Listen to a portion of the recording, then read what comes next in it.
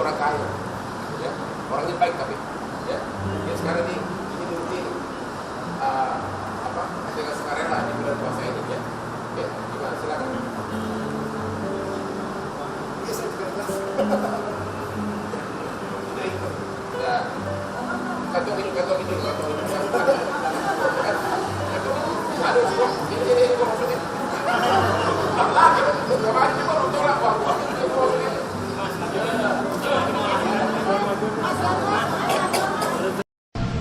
Mana ya? Saya bingung juga sih. Kenapa bingung? Bingung aja sih Pak. Hah? Bingung. Iya nggak nyangka gitu. Udah 8 tahun dia kerja di sini. Pak, rencananya uangnya mau diapain nih Pak? Lagi mengandung ya? Iya. Ya anak kedua. Ya buat biaya apa sih? Iya persalinan. Respon keluarga gimana setelah viral? Nggak nyangka juga sih Pak.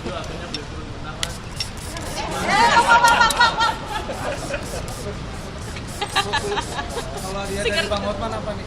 Apa? Dia dari Bang Hotman itu kan dari Bang Hotman. Hadiah dari saya.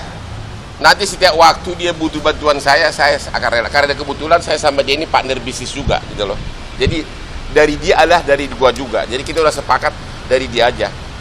Uang dia adalah uangku, ya.